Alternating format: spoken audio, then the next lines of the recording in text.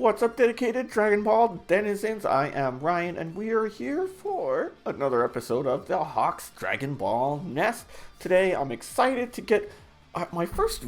Well, no, it's not my first deck. We're coming back to Vegeta in a different color.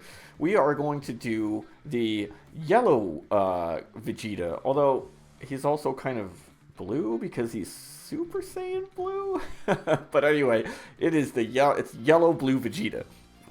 That's what we'll call him, and I'm sticking to it. But he is the yellow color, but obviously he's Super Saiyan Blue when he when he awakens. So kind of odd in that regards. It's funny because then the blue Vegeta is the regular Super Saiyan, which is yellow. Anyway, I don't make sense here. I just make videos like Popeyes. So anyway, I'm excited about this one. This deck is actually like surprisingly been really good to me. Like I thought it was, let's make it and try it out. And then once I started playing it, I was like, oh, why this got some potential here. This is underrated, kind of like my cooler deck that I just made. This one I think is even better. It competitively, I think it's a little bit more well-rounded than cooler. So we'll see. You can all be the judge of that. Definitely let me know in the comments, what you think of it. What we'll be doing here is we're going to overview the deck. We're going to give each card in the deck and why I included it.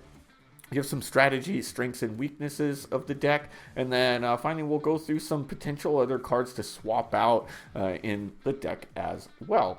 Before we get into it, though, don't forget, please hit that subscribe button if you want to see more of the Hawks Dragon Ball Nest, if you want to join our fabulous flock of folks who just love to do what we love.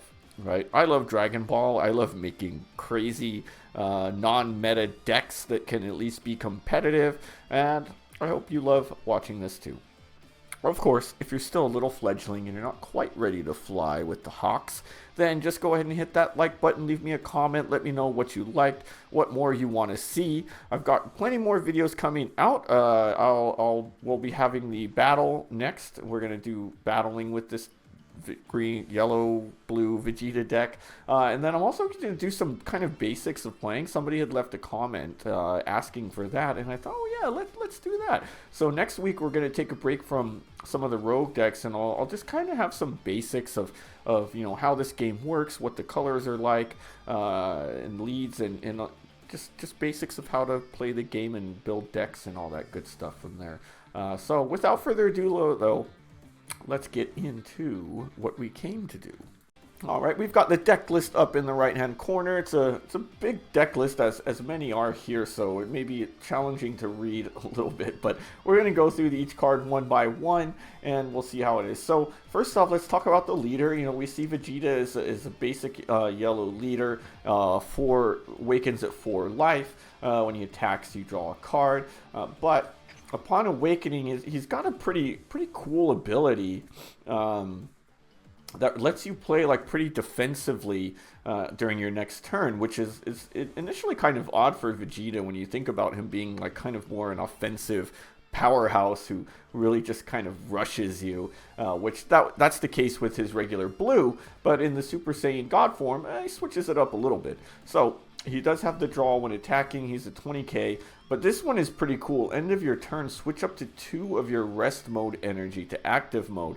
So what that means for the most part, in terms of at least how I'm going to use this, there are other ways too, but what I'm going to be doing is kind of adding a lot of extras to this deck so that we're going to be able to play defensively during our opponent's turn. When they're attacking, we can use 1 or 2 extras that are going to power us up and be able to give us some defense, and even change cards from rest mode back to active mode so that our opponent can't actually hit them. So it's a pretty cool ability. I think a little bit underrated, especially for yellow. Yellow is kind of gaining a little bit more steam with the Boo. But I think especially with some of these Boo cards that come here in combination with this leader, we can do some really cool stuff. I've had a lot of fun with this. So let's get into some of the cards. And here you're going to see I've got 26 one drop cards. Oddly enough, 0 2 drops. But the reason is I'm going to kind of start over here. So this Boo card is kind of the core of this deck, and kind of what I'm going to be playing a lot around, especially early to mid game.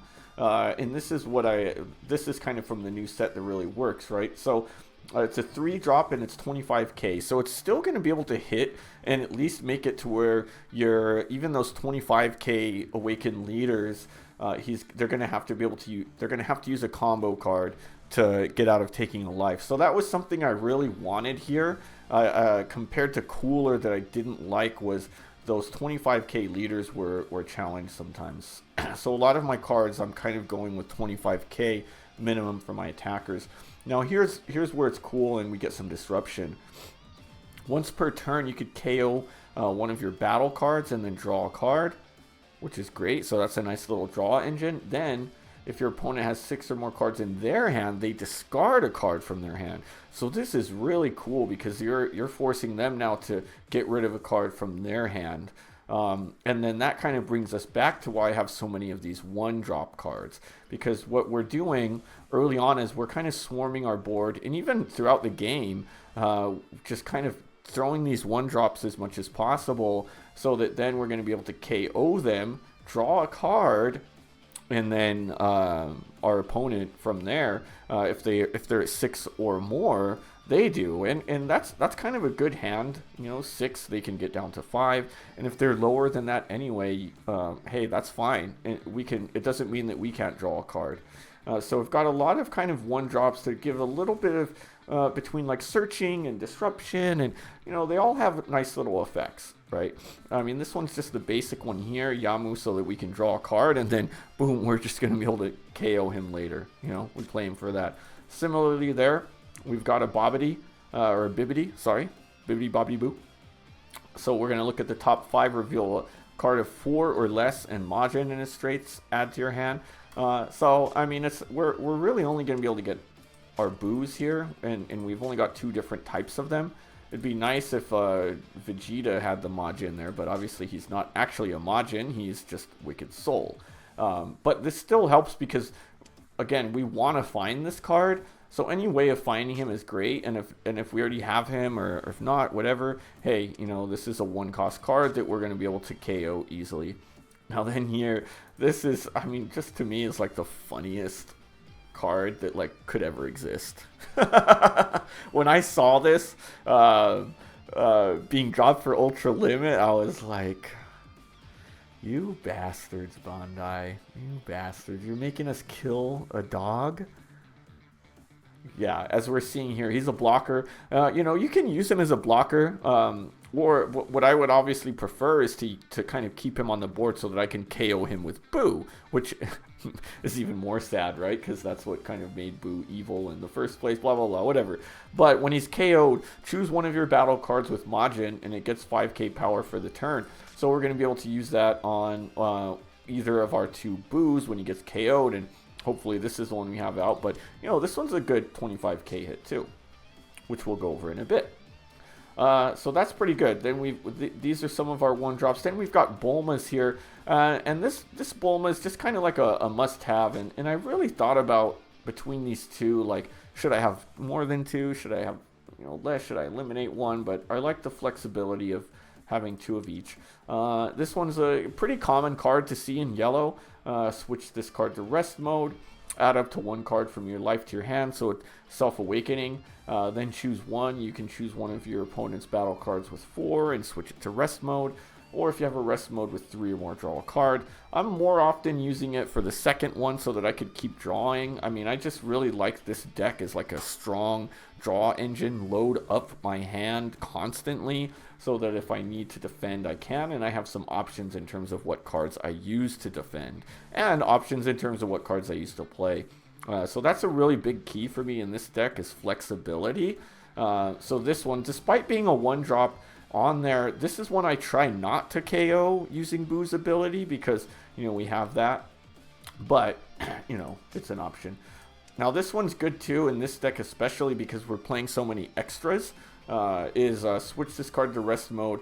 Add one yellow extra with the cost of 2 or less from your drop to your hand. So this is going to be able to help us get back some of those extras that we're using on defense if necessary. So this is why I have that Bulma in there. Only 2 of each.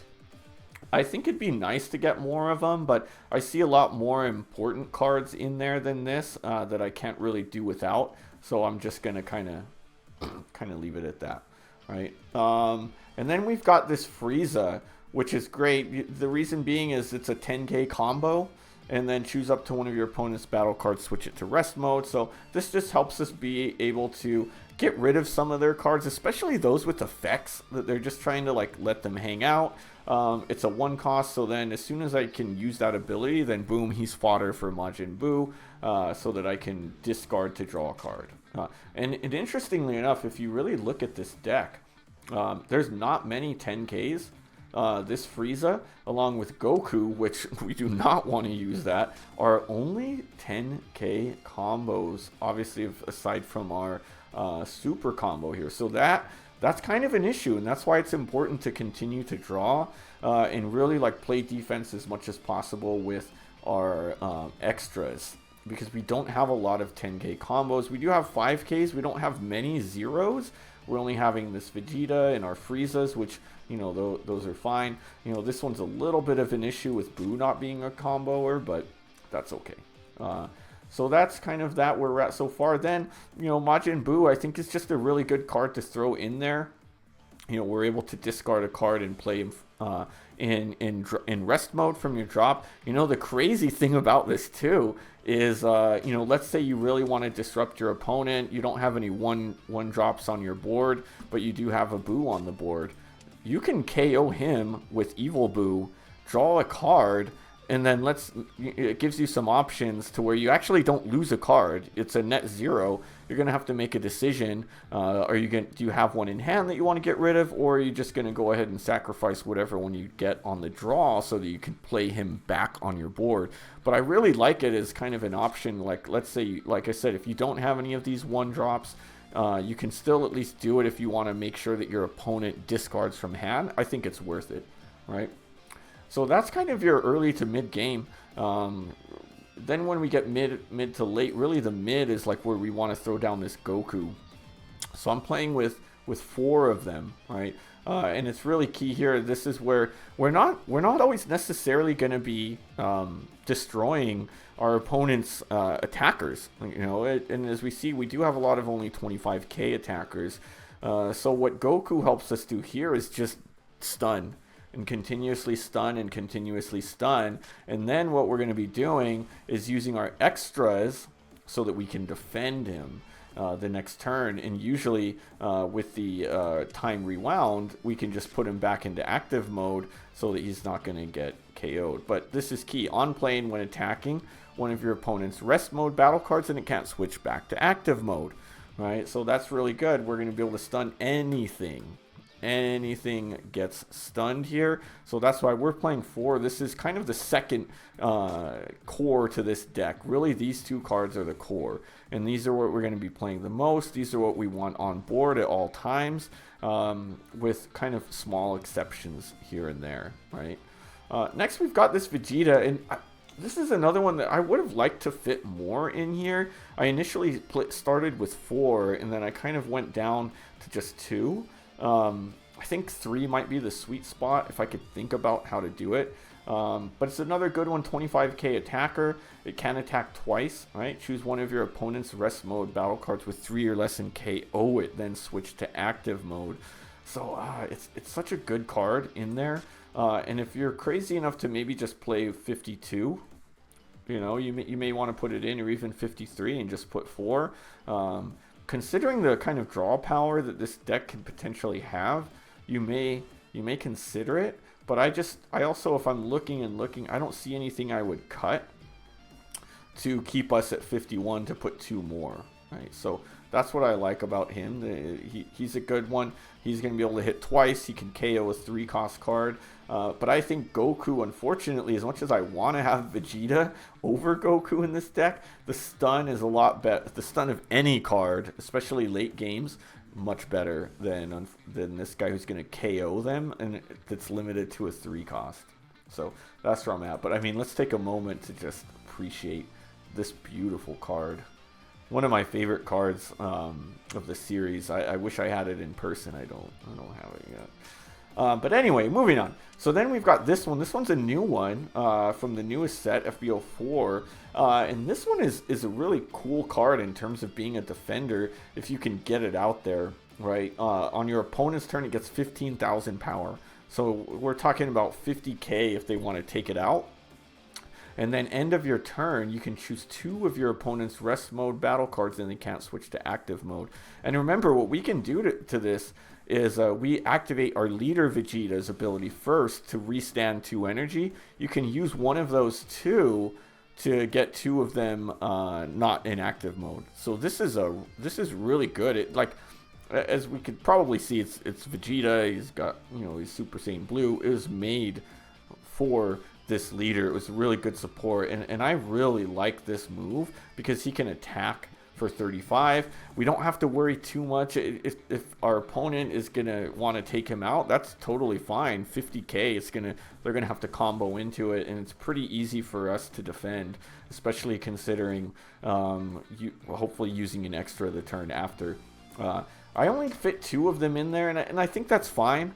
You know, we're not going to play him till late in the game anyway. This is actually a deck that really can survive late because we're playing defensively. I do find myself getting up to 8 and 9 energy a lot of times before the match is over. In fact, I could probably get sooner, but my opponents often quit before they get there. But anyway, and then from there we've got our FBO 2, Golden Frieza, just another great card. On play, we're going to KO one of their rest mode battle cards. Make sure that their rest mode, something I sometimes forget, and I want to KO one that's not in rest mode. And then all of their battle cards of 5 or more are played in rest mode. So you really kind of want to think about, like, depending on who you're playing, which of these 2 you want to play. And it's oftentimes really good if you're up to 6 energy to be able to play this one over the Frieza, because then you get 1 more energy that you can maybe drop down one of your 1 costs. But the Frieza also, like, Frieza is a savior against decks like Broly, and really most greens that are dropping these 8 cost. Anyone who wants to play that 8 cost Broly that KOs and then restands.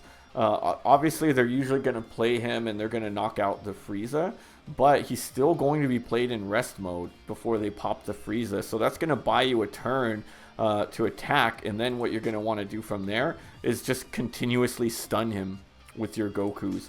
So I find that works really well, right?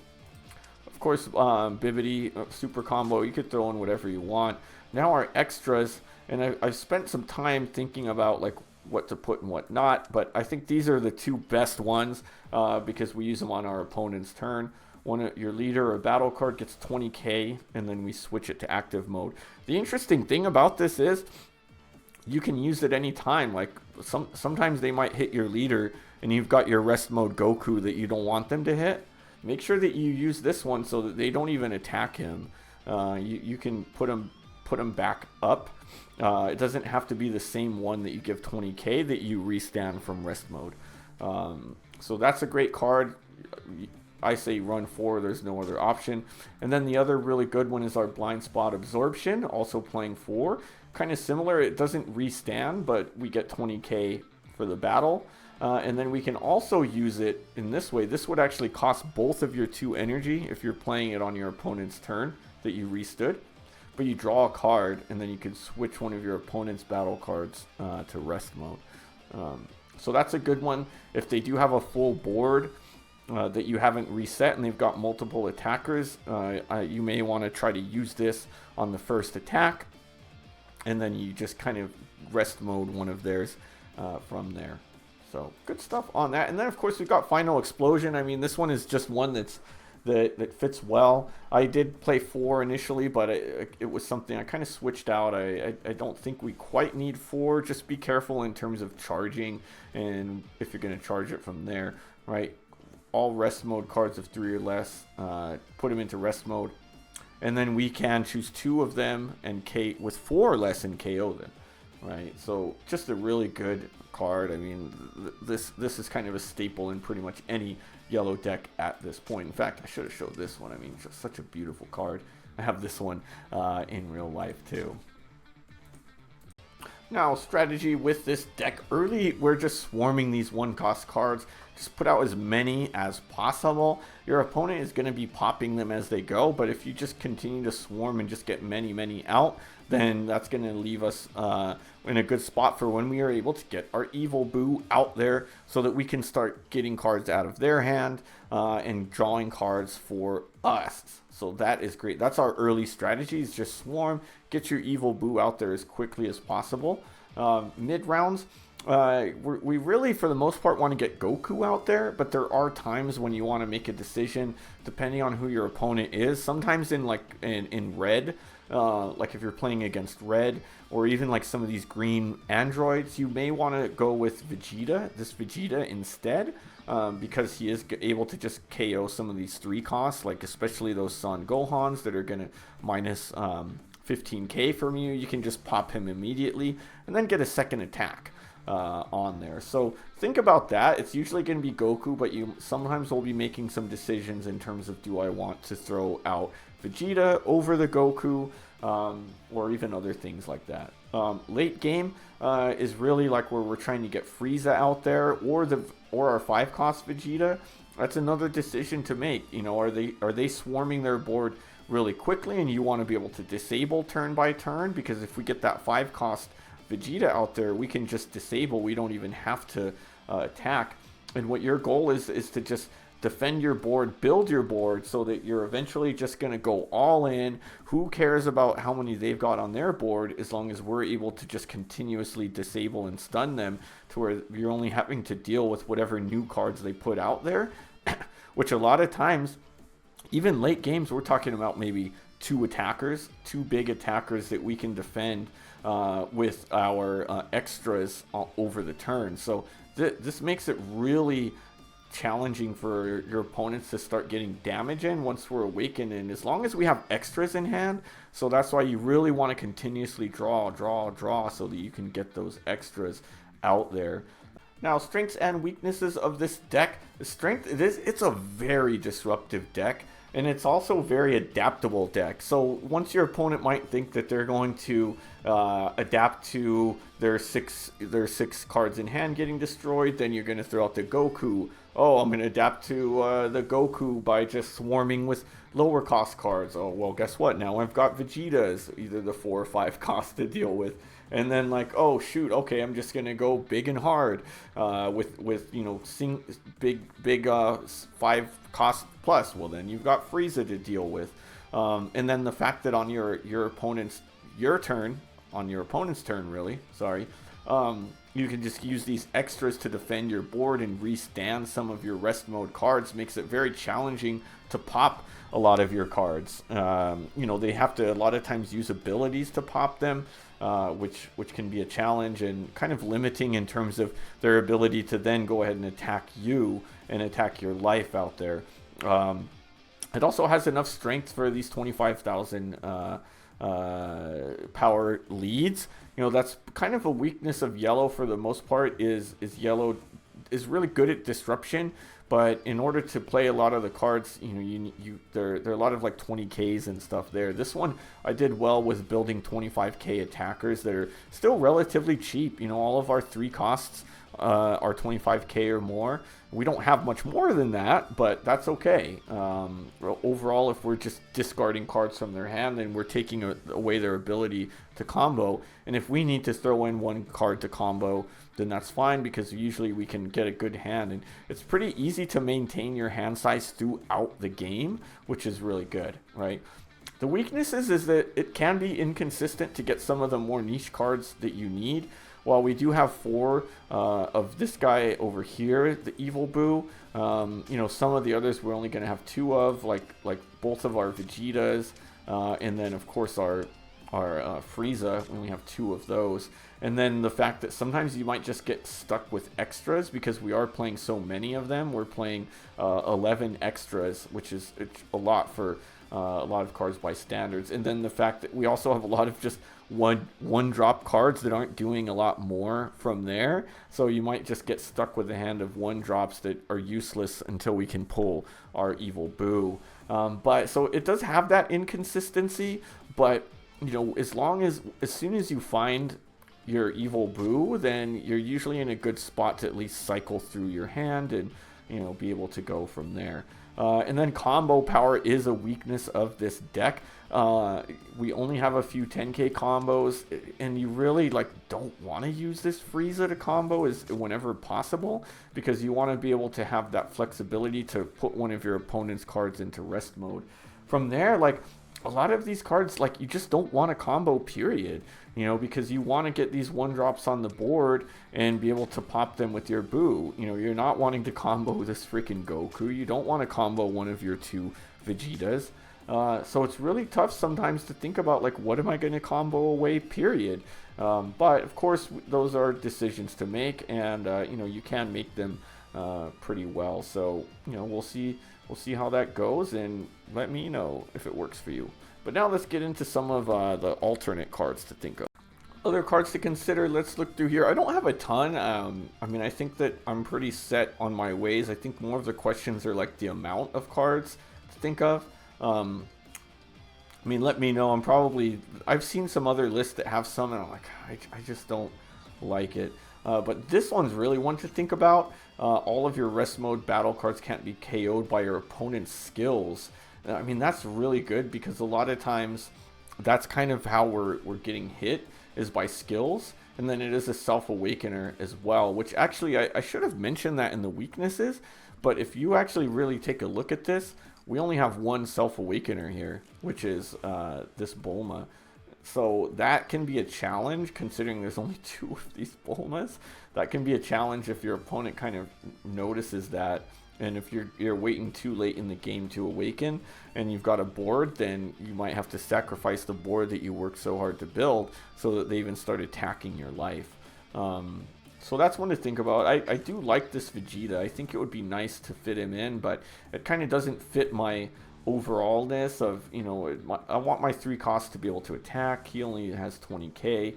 And then I don't know. If they KO my rest mode guys, okay, not the worst thing in the world. So that was one I thought about but didn't end up including. This Cooler just seems like he's got some potential in there, especially if we're going to be using time unwound or rewound, so that we can reset him. He's so cool. He can, when he attacks or blocks, he can knock out a 2-cost card. It's just one I just can't find a spot for in here. I love this Cooler. I think he's one of the best yellow attackers that's out there right now, despite just being a 4-cost. Just because he also can block, he could pop cards, and then we can restand him with time rewound, so that if he blocks again, then we're going to be able to pop something. But again, just couldn't find a place for him. Another cool one here, if you want to think about not just using extras on your turn, we can throw in this 4-cost Whis as a defender. He's a blocker, 25k, and then upon blocking, you can use one of your restood energy on your opponent's turn, switch this card to active mode. If he had 30k, I think I would consider him, but just the fact of being a 25k defender, what is he going to defend against? You're oftentimes still going to have to combo to keep him alive. So, to me, I just don't see a point. And then, if we're going to sacrifice a blocker to be a 4-cost, it's just not worth it to me. I have seen some lists with him in, and I see the reasoning why, but it just doesn't work for me. Now here's another interesting one as well, is Bobity's Spaceship, if I can find it. This one's a field card, and when your Bobity or battle card with Wicked Soul is played, choose one of your opponent's rest mode battle cards with 4 or less, and it can't switch to active mode. So this one's a kind of cool one, because we are playing we do have some Bobities that we're playing. Actually, no, we only have Bibbity. And then we have a Wicked Soul. So, you know what? This one's not as good. But if we are going to throw in our Majin Vegetas out there, it might be better, but I think this one might need more support. You might need to throw in more Bibides. Or maybe if you wanted to play 4 of these, then it may be better. But it's one to think about if you're going to do some swaps in here. Now, Papara Papa is one to also think about. But again, we'd have to get more Bobides in here. For some reason, I was thinking that this was Bobidi, but no, it's Bibidi. So if you do find a way to throw some Bibides in there, then you can switch him to rest mode, and then 2 of your battle cards with 4 or less can go back to active mode. So if you're really going hard on maybe these Vegetas, it would be one to think about. So you'd probably want to find a way to fit them both in there and get 4 of the Vegetas, and then that would make this a much more offensive focused deck than defensive, but not quite what I was going for here. Well, that is our Yellow Blue Vegeta deck. Our yellow colored Super Saiyan Blue Vegeta deck. Let me know what you thought. I'm excited to get into our next video and show you all what this actually looks like in battle. Hopefully I can keep up the good streak I've been on. I've had some really good matches with him online. It's really fun to play as well.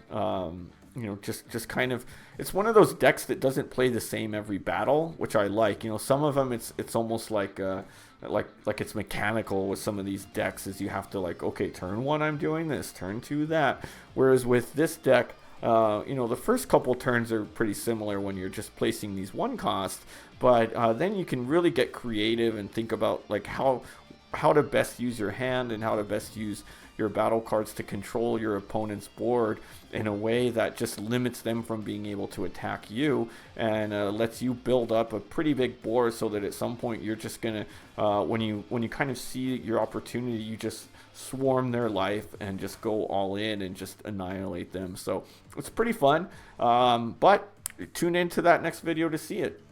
Until then, though, please don't forget to hit that subscribe button so you could join the Hawk's Nest.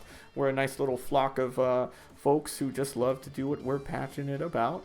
And I will keep doing what I'm passionate about, building up these crazy decks that are non-meta. I don't know if this one's quite a rogue deck. It probably would be, because I don't see any... I don't even think Vegeta is like a tier 3 ranked right now, but hey, maybe if enough people see this, then we can make it, because I think this deck really has potential compared to really what the other decks I've done recently are. So we'll see. But if you're not quite ready to fly yet, of course, don't forget to just hit that like button. Let me know in the comments what you thought of this video.